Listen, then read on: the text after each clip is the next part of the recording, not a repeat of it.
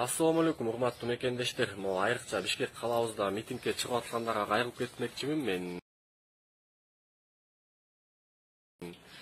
Силерге мындай айтканда, силерге айта турган деле сөз жок болуп атат. Негизичи кайсы бетиңер менен, кайсы оюңар менен ошол жерде турасыңар, мындай бир эле суроо бергим келет. Силердин өзүңөрдүн мнениеңер барбы же башка бирөөнүн мнениясы менен ошол жерде турасыңарбы деген эле суроо бермекмин да.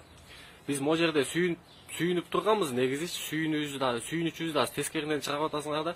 Жеп чутарлар, жемкорлор мындай жеген акчасын кузуп, ошону бюджетке төгүп, кандайдыр бир салым болуш керек десек, силер кайга туралы ошол жерге боштондук деп алда Жээнбековдардын кланына жана Бабановдорго ошол жерге алдырып митингге чыгып атканга силерге мындай чын эле сөз жок да, эки жүздүүлүк да бул, эки жүздүүлүк, андан башка айтып саткын эле да мындай.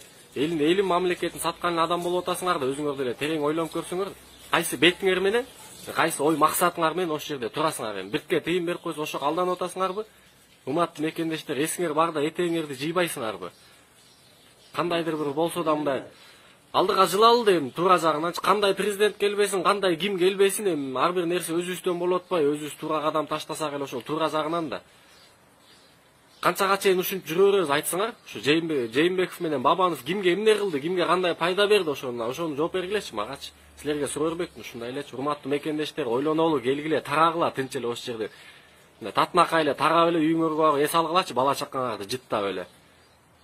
Канчага чейин жүрө беребиз, ал ак үйдө болсо ак үйдө, өкмөт үйүндө өкмөт болсо ГКМда болуп эле чыгаргыла, боштондук деп.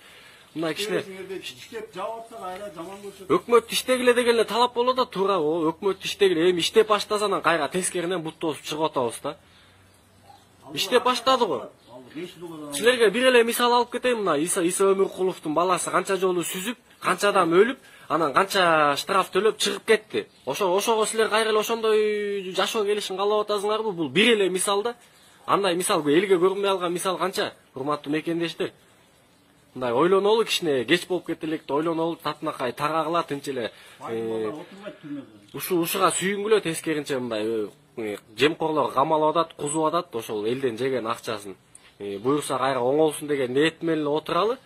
Ал силер анын ошентип тарантет тура бересиңер, ал жерде бетиңерге эле айтайын, катып эле айтайын. Алар эч качан камалбайт, байдын баласы акча берип, тыйын берип чыгып кете берет. Ошо канча 500 адам турасыңар, 500 адам арасынан бирөөң бар тоогурдап көрсөң, ошо 500 адам силерге чыгып берет бекен боштондук деп. Ошондо көрөбүз да. Байдын акчасы бар. Байдын акчасы ошол себептен акчаны алып чыгып беребиз. Ар кимибиздин өзүнүн мнениябыз жок. Ошол себептен да адамда мнение болуш керек, өзүнүн ой пикири болуп, мындай өзүнүн ой пикирин айтканды билиш керек. Урматтуу туугандар, биз өзүбүз ошондой абалга туура келсек эч ким бизге жардам бербейт. Андан көрөкчө колдон буттан алышып мындай терең ойлонуп, алдыга кадам таштагандай бололу. Жашасын Кыргызстан, патриот бололу, чын эле туура мнение чыгып атат. Негизичи мындай патриот бололу, урматтуу мекендештер. Мекенибизди сүйүп алдыга жылалы, силерден сураныч. Тарагыла, тынч эле тарап кеткиле, мындай жылуу мамиледе бололу. Бизден кетсе кечирип койгула, бирок ушундай эле сөз айтканга туура келип атат, урматтуу мекендештер. Бай деп деле айтпайт элем, жемкорлорго да, могу жеп чутарларга болушпагыла.